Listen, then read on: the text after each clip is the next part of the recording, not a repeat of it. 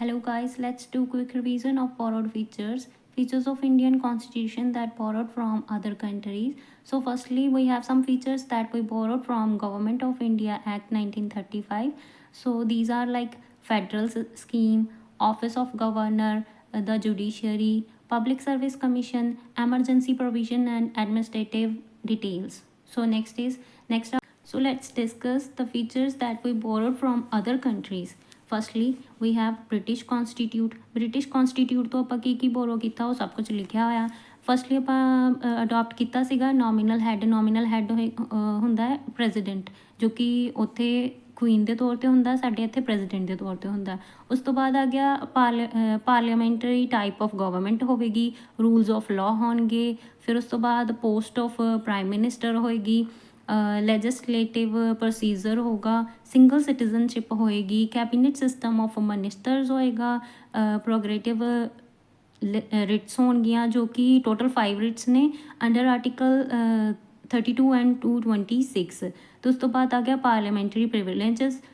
ਬਾਈ ਕੈਮਰਲਿਜ਼ਮ ਹੋਏਗਾ। ਬਾਈ ਕੈਮਰਲਿਜ਼ਮ ਮਤਲਬ ਕਿ 2 ਹਾਊਸ ਹੋਣਗੇ, ਇੱਕ ਲੋਅਰ ਹਾਊਸ ਹੋਏਗਾ, ਇੱਕ ਅਪਰ ਹਾਊਸ ਹੋਏਗਾ, ਅਤੇ ਲੋਅਰ ਹਾਊਸ ਹੋਏਗਾ ਉਹ ਜੋ ਮੋਰ ਪਾਵਰਫੁਲ ਹੋਏਗਾ as compare to upper house. So next ਆ ਗਿਆ ਲੋਕ ਸਭਾ। ਸੋ ਨੈਕਸਟ ਆ ਗਿਆ ਸਾਡੇ ਕੋਲ ਅਮਰੀਕਾ USA। ਉਹ ਤੋਂ ਆਪਾਂ ਕੀ ਅਡੋਪਟ ਕੀਤਾ, ਉਹ ਤੋਂ ਆਪਾਂ ਕੀਤਾ ਕਿ ਰਿਟਨ ਕੌਂਸਟੀਟਿਊਟ, ਸੁਪਰੀਮ ਕੋਰਟ, ਪਰੀਐਂਬਲ ਨੂੰ ਆਪਾਂ ਅਡੋਪਟ ਕੀਤਾ ਆ ਅਮਰੀਕਾ ਤੋਂ, ਬਟ ਲੈਂਗੁਏਜਸ ਆਫ ਪਰੀਐਂਬਲ ਆਪਾਂ ਅਡੋਪਟ ਕੀਤੀਆਂ ਸੀ ਆਸਟ੍ਰੇਲੀਆ ਤੋਂ, ਜੋ ਆਪਾਂ ਨੈਕਸਟ ਪੜ੍ਹਾਂਗੇ ਵੀ। ਉਸ ਤੋਂ ਬਾਅਦ ਆ ਗਿਆ ਫੰਡਾਮੈਂਟਲ ਰਾਈਟਸ ਆਪਾਂ ਪੜ੍ਹੇ ਸੀਗੇ ਅਮਰੀਕਾ ਦੇ ਵਿੱਚ, ਅਤੇ ਜੋ ਕਿ ਆਪਾਂ ਅੱਗੇ ਜਾ ਕੇ ਪੜ੍ਹਾਂਗੇ ਕਿ ਸਸਪੈਂਸ਼ਨ ਆਫ ਫੰਡਾਮੈਂਟਲ ਰਾਈਟਸ ਜੋ ਹੋਏਗਾ ਉਹ ਜਰਮਨੀ 'ਚੋਂ ਆਪਾਂ ਲਿਆ ਹੋਏਗਾ। ਉਸ ਤੋਂ ਬਾਅਦ ਆ ਗਿਆ ਇੰਡੀਪੈਂਡੈਂਸ ਆਫ ਜੁਡੀਸ਼ਰੀ ਅਤੇ ਜੁਡੀਸ਼ਰੀ ਦੇ ਰਿਵਿਊਜ਼ ਦੀ ਇੰਡੀਪੈਂਡੈਂਸ। ਉਸ ਤੋਂ ਬਾਅਦ ਆ ਗਿਆ impeachment of the president, removal of supreme court and high court.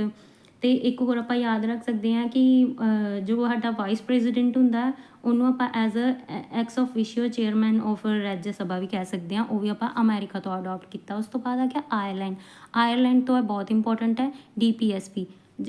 Ask ਹੁੰਦਾ ਬਹੁਤ ਵਾਰ ਕਿ DPSP ਆਪਾਂ ਕਿੱਥੋਂ ਅਡੋਪਟ ਕਰੀ ਹੈ, ਆਇਰਲੈਂਡ ਤੋਂ, directive principal of state policies. ਉਸ ਤੋਂ ਬਾਅਦ ਆ ਗਿਆ nominations of member of Rajya ਸਭਾ, ਆਪਾਂ ਆਇਰਲੈਂਡ ਤੋਂ ਲਈ ਆ। ਉਸ ਤੋਂ ਬਾਅਦ ਆ ਗਿਆ ਇਲੈਕਸ਼ਨਸ ਆਫ ਪ੍ਰੈਜ਼ੀਡੈਂਟ।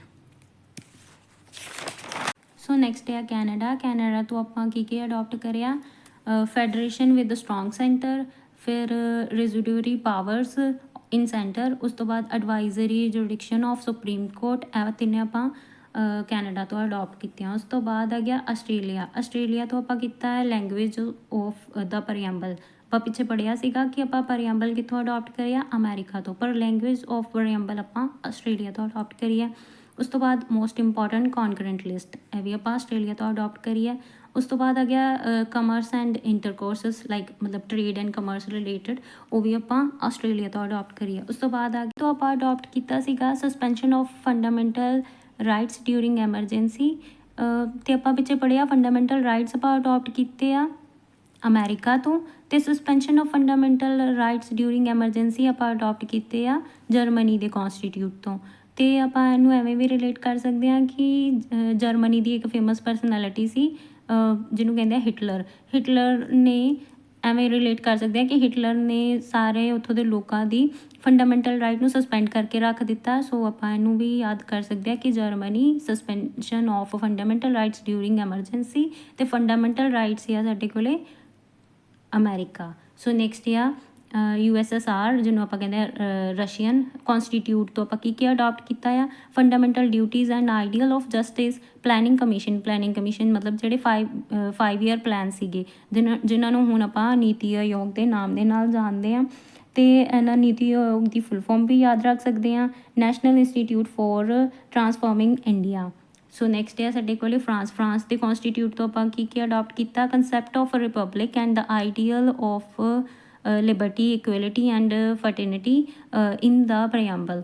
ਤੇ ਨੈਕਸਟ ਆ ਗਿਆ ਸਾਊਥ ਅਫਰੀਕਾ ਦੇ ਕਨਸਟੀਟਿਊਟ ਤੋਂ ਆਪਾਂ ਅਡਾਪਟ ਕੀਤੀਆਂ ਅਮੈਂਡਮੈਂਟਸ ਤੇ ਫਿਰ elections of Rajya Sabha members.